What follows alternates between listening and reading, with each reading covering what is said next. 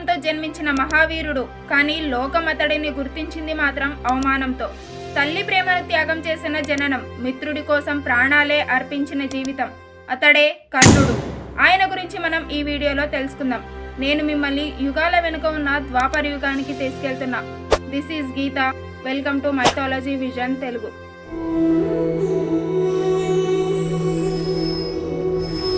యాదవ వంశానికి చెందిన శురుడికి పలువురు కుమార్తెలు ఉండేవారు. వారిలో పెద్ద కూతురు కుంతి.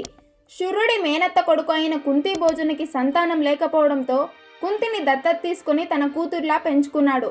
అలా చాలా కాలం గడిచింది. కుంతి యవ్వనవతిగా ఉన్న రోజుల్లో ముక్కోపి స్వభావం గల దుర్వాస మహర్షి కుంతి భోజుని ఇంటికి వచ్చాడు. 1 సంవత్సరం పాటు అక్కడే ఉండాలని, తనకు ఏ లోటు లేకుండా సేవ చేయగలరా అని అడిగాడు. దానికి కుంతి భోజుడు అంగీకరించి దుర్వాస మహర్షి సేవా బాధ్యతను పూర్తిగా కుంతికి అప్పగించాడు. కుంతి ఎంతో వినయంతో భయభక్తులతో దుర్వాస మహర్షికి ఎలాంటి అసౌకర్యం కలగకుండా సేవలు చేసింది. ఆమె ఓర్పు, సేవాభావం చూసి సంతృప్తి చెందిన దుర్వాస మహర్షి వెళ్లే ముందు ఆమెకు ఒక శక్తివంతమైన మంత్రాన్ని ఉపదేశించాడు. ఆ మంత్రాన్ని జపించి ఏ దేవుణ్ణి తలిస్తే ఆ దేవుడు ఆమె ఎదుట ప్రత్యక్షమవుతాడని చెప్పి వెళ్ళాడు. కొంతకాలం తర్వాత ఒకరోజు కుంతి గంగా నదికి స్నానానికి వెళ్ళింది. స్నానం చేసి ఉదయ సూర్యుడికి ఆర్త్యమిస్తూ సూర్యుడి అపార సౌందర్యాన్ని చూసి ముగ్ధురాలైంది. అప్పుడు దుర్వాస మహర్షి ఇచ్చిన మంత్రం గుర్తుకు వచ్చి దాని శక్తిని పరీక్షించాలని అనుకుంది. వెంటనే ఆ మంత్రాన్ని జపించి మనసులో సూర్య భగవానుణ్ణి తలిచింది. క్షణాల్లోనే సూర్యుడు దగదగా మెరిసే సుందరా పురుషుడి రూపంలో ప్రత్యక్షమయ్యాడు. కుంతి, నీ మంత్రబలంతోనే నేను ఇక్కడికి వచ్చాను. నేను నీ అధీనుడిని. నీకు ఏం కావాలో చెప్పు, ఆనందం కలిగిస్తాను అని అన్నాడు. దానికి కుంతి వినయంగా, సూర్యదేవా, నీ అందమైన రూపాన్ని చూసి మంత్రశక్తిని తెలుసుకోవాలనే ఉద్దేశంతోనే మంత్రం జపించాను. నాకు వేరే కోరిక ఏమీ లేదు. దయచేసి తిరిగి ఆకాశానికి వెళ్ళిపోండి అని వేడుకుంది. అప్పుడు సూర్యుడు ఇలా అన్నాడు, నీవు తెలియకుండానే నాలాంటి మహా తేజస్సు కలిగిన సహజ కవచకుండలాలు ఉన్న పుత్రుణ్ణి మనసులో కోరుకున్నావు. మంత్రశక్తిని నేను కూడా అతిక్రమించలేను. నీవు అంగీకరించకపోతే నీ తల్లిదండ్రులను, నీ గురువైన దుర్వాస మహర్షిని నా కిరణాలతో భస్మం చేస్తాను అన్నాడు. ఇది విని కుంతి భయపడింది. తన వల్ల తన తల్లిదండ్రులకు, గురువుకు అపాయం కలుగుతుందేమోనని కలత చెందింది. అప్పుడు సూర్యునితో, సూర్యదేవా, స్త్రీలు వివాహం అయిన తర్వాతే ధర్మ ప్రకారం గృహస్థ జీవితం గడపాలి. పెళ్లి కాకముందు ఇలాంటి విషయాలు జరగకూడదు. ఈ లోకంలో ధర్మం నీ నుంచే పుట్టింది. నీకు తెలియని ధర్మం లేదు. నీకు న్యాయంగా అనిపించిన విధంగానే చెయ్యి అని ప్రార్థించింది. అప్పుడు సూర్యుడు ఆమె మాటలకు సంతృప్తి చెంది, నీ కన్యత్వానికి ఎలాంటి భంగం కలగకుండా మహా తేజస్సు కలిగిన పుత్రుణ్ణి నీకు ప్రసాదిస్తాను అని వరమిచ్చాడు. కుంతిని శాంతపరిచి సూర్యుడు తిరిగి ఆకాశానికి వెళ్ళిపోయాడు. సూర్యదేవుని అనుగ్రహంతో కుంతి గర్భం ధరించింది. 9 నెలలు ఆమె గర్భాన్ని మోసింది. కానీ సూర్యుని మహిమ వల్ల ఎవరికి ఆమె గర్భం ఉన్నట్టు కనిపించలేదు. 10వ నెలలో ఒక రాత్రి కన్యాంతపురంలో కుంతి ఒక మగ శిశువును ప్రసవించింది. ఆ బాలుడు పుట్టుకతోనే బంగారు కవచకుండలాలు ధరించి ఉన్నాడు. అతని శరీరం సూర్యునిలా ప్రకాశించేది. ఆ బాలుడు పూర్వజన్మలో సహస్రాకవచుడనే వీరుడు. అతనికి 1000 కవచాలు ఉండేవి. వాటిలో 999 కవచాలను నరనారాయణులు భేదించారు. మిగిలిన 1 కవచంతోనే ఈ బాలుడు జన్మించాడు. ఇతడిని సంహరించడానికే నరనారాయణులు కృష్ణుడు అర్జునుడిగా అవతరించారు. తన కుమారుడిని చూసి కుంతి అపార ఆనందాన్ని పొందింది. కానీ లోకనింద భయంతో ఆమె హృదయం తల్లడిల్లిపోయింది. వెంటనే ఒక చెక్క పెట్టె తెప్పించి దానిలో మెత్తని పరుపు వేసి ఆ పసికందును ఎంతో జాగ్రత్తగా పడుకోబెట్టింది. ఎవరికైనా ఆ బాలుడు దొరికితే ఏ లోటు లేకుండా పెంచుకోగలగాలి అని పెట్టెలో ఒకవైపున నవరత్నాల హారాలను ఉంచింది. పెట్టెను తెప్పకు బలంగా కట్టి విడవలేక కన్నీళ్లతో అశ్వానది ప్రవాహంలో వదిలేసింది. అనంతరం ఎవరికీ అనుమానం రాకుండా తిరిగి కన్యాంతపురానికి వచ్చి మునపటిలాగే కన్యగా జీవించసాగింది. ఆ పెట్టె అశ్వానది దాటి గంగా నదిలోకి చేరింది. నదీ ప్రవాహంతో కొట్టుకుపోతూ చివరికి సుతదేశంలోని పంప అనే పట్టణం దగ్గర ఒడ్డుకు చేరింది. ఆ సమయంలో అతిరథుడు తన భార్య రాధతో కలిసి నదిలో స్నానం చేస్తున్నాడు. వారు ఆ పెట్టెను చూసి ఒడ్డుకు చేర్చి తెరిచారు. పెట్టె తెరిచిన క్షణంలోనే సూర్యుడిలా ప్రకాశిస్తున్న ఒక శిశువు వారికి కనిపించాడు. సంతానం లేని ఆ దంపతులు ఆ బాలుణ్ణి దేవుడు ఇచ్చిన వరంగా భావించి తమ కుమారుడిగా స్వీకరించారు. ఎంతో ప్రేమతో అతనిని పెంచుకోవడం ప్రారంభించారు.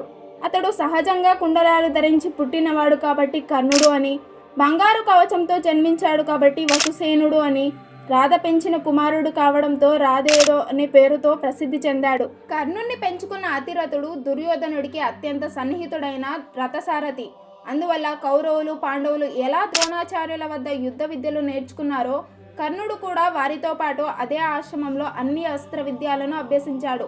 విలువిద్యలో తనకన్నా అర్జునుడు గొప్పవాడిగా పేరు పొందడం, ద్రోణాచార్యులు అతని పట్ల ఎక్కువ అభిమానాన్ని చూపడం చూసి కర్ణుడి మనసు రోషంతో నిండిపోయేది. తాను గొప్ప ప్రతిభ కలిగిన వాడైనా తక్కువ కులానికి చెందినవాడనన్న భావన అతని మనసు లోపల బాధ పెట్టేది. ఈ అవమానాన్ని బయటకు చెప్పుకోలేక రోజు రోజుకు కుమిలిపోయేవాడు. కాలం గడిచింది. ఒకరోజు కురు పాండవ కుమారులందరి అస్త్ర విద్య కౌశల్యాన్ని ప్రజల ముందు ప్రదర్శించేందుకు ఒక సభ ఏర్పాటు చేశారు. ఆ సభలో అర్జునుడు తన విలువిద్యా నైపుణ్యంతో అందరి ప్రశంసలు పొందాడు. అదే సమయంలో కర్ణుడు కూడా అర్జునుడికి తగ్గట్టుగా విలువిద్యా ప్రదర్శన చేసి దుర్యోధనుడు సహా కౌరవుల మెప్పు పొందాడు. అర్జునుడిని ఎదిరించగల శక్తి కర్ణుడిలో ఉందని గ్రహించిన దుర్యోధనుడు అతడిని తన ప్రియమిత్రుడిగా భావించసాగాడు. అయితే భీష్ముడు, ధృతరాష్ట్రుడు వంటి పెద్దలు కౌరవ పాండవుల అస్త్ర విద్యను మెచ్చుకున్నారే తప్ప కర్ణుడిని పట్టించుకోలేదు. ఇది కర్ణుడికి మరింత బాధను, ఆగ్రహాన్ని కలిగించింది. అవమానంతో మండిపోయిన కర్ణుడు అర్జునుడిని ఎదుర్కొని భుజాలు చరుస్తూ తనతో ద్వంద్వ యుద్ధం చేయమని సవాలు చేశాడు. దానికి అర్జునుడు, నీవు సుతపుత్రుడివి, నేను రాజకుమారుణ్ణి, నీతో యుద్ధం చేయను అని నిరాకరించాడు. అప్పుడే భీముడు కూడా హేళనగా, ఓ రాధేయ, నువ్వు అర్జునుడిని గెలుస్తావా? నీకు రథసారథ్యమే తగిన పని అని ఎగతాళి చేశాడు. ఆ మాటలు విన్న కర్ణుడి హృదయాలు తీవ్రంగా బాధించాయి. పాండవులపై అతని మనసులో ద్వేషం పెరిగిపోయింది. అయినా తాను సుతపుత్రుడనే భావనతో సమాధానం చెప్పలేక అవమానంతో తలవంచుకున్నాడు. ఈ దృశ్యం చూసిన దుర్యోధనుడు వెంటనే ముందుకు వచ్చి కర్ణుణ్ణి అంగదేశ రాజుగా ప్రకటించి సభలోనే అతనికి రాజ్యాభిషేకం చేయించాడు. ఈ చర్యతో కర్ణుడు ఎదుర్కొంటున్న అవమానాన్ని తొలగించి అతనికి గౌరవం సంకల్పించాడు. దుర్యోధనుడు తనపై చూపిన ఈ ఔదార్యానికి కర్ణుడు ఎంతో కృతజ్ఞుడయ్యాడు. ఆనందంతో నిండిన హృదయంతో తన శక్తి, బుద్ధి మాత్రమే కాకుండా అవసరమైతే తన ప్రాణాన్ని కూడా మిత్రుడైన దుర్యోధనుడి కోసం అర్పిస్తానని ప్రతిజ్ఞ చేశాడు. ఇలా కర్ణుడు, దుర్యోధనుల మధ్య అగాధమైన స్నేహబంధం ఏర్పడింది. ఒకరోజు కర్ణుడు తన గురువైన ద్రోణాచార్యుల దగ్గరికి వెళ్ళి తనకు బ్రహ్మాస్త్ర విద్య నేర్పాలని వినయంగా ప్రార్థించాడు. కానీ ద్రోణాచార్యుడు, నీవు సుతకులానికి చెందినవాడివి, బ్రాహ్మణులకు లేదా ఉత్తమ కులానికి చెందిన వారికి నేను బ్రహ్మాస్త్ర విద్యాన్ని ఉపదేశిస్తాను, నీకు అది నేర్పలేను అని స్పష్టంగా చెప్పాడు. దీంతో కర్ణుడి మనసు బాధతో నిండిపోయింది. అయినా తన కోరికను వదులుకోలేదు. ఏదైనా మార్గం వెతకాలని నిర్ణయించుకుని బ్రాహ్మణుడి వేషం వేసుకుని పరశురాముని ఆశ్రమానికి వెళ్ళాడు. తాను బ్రాహ్మణుడనని చెప్పి పరశురాముని నమ్మించాడు. పరశురాముడు అతని వినయాన్ని చూసి శిష్యుడిగా స్వీకరించాడు.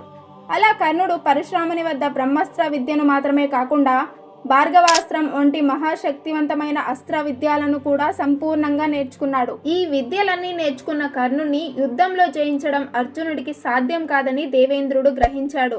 అర్జునుడిని కాపాడాలనే ఉద్దేశంతో దేవేంద్రుడు ఒక ఉపాయం ఆలోచించాడు. కర్ణుడు నేర్చుకున్న విద్యలు అవసర సమయంలో ఉపయోగం లేకుండా చేయాలని పూనుకున్నాడు. ఒకరోజు మధ్యాహ్నం పరశురాముడు తన శిష్యుడైన కర్ణుని తొడపై తల పెట్టుకుని గాఢ నిద్రలో ఉన్నాడు. అదే సమయంలో దేవేంద్రుడు కీటక రూపంలో వచ్చి కర్ణుని తొడను కరిచి రక్తం ప్రవహింపజేశాడు. తీవ్ర వేదన కలిగిన గురువుకు నిద్రాభంగం కలగకూడదనే భావంతో కర్ణుడు ఆ బాధను మౌనంగా భరించాడు. రక్తపు తడి తగిలి పరశురాముడు మేల్కొన్నాడు. అంతటి వేదనను భరించడం కేవలం ఒక బ్రాహ్మణుడికి సాధ్యం కాదని, ఓర్పు కలిగిన క్షత్రియుడికి మాత్రమే సాధ్యమని గ్రహించాడు. వెంటనే, నీవు నేర్చుకున్న ఈ విద్యలు అవసర సమయంలో నీకు జ్ఞాప్తికి రాకుండా పోవుగాక అని శాపమిచ్చాడు.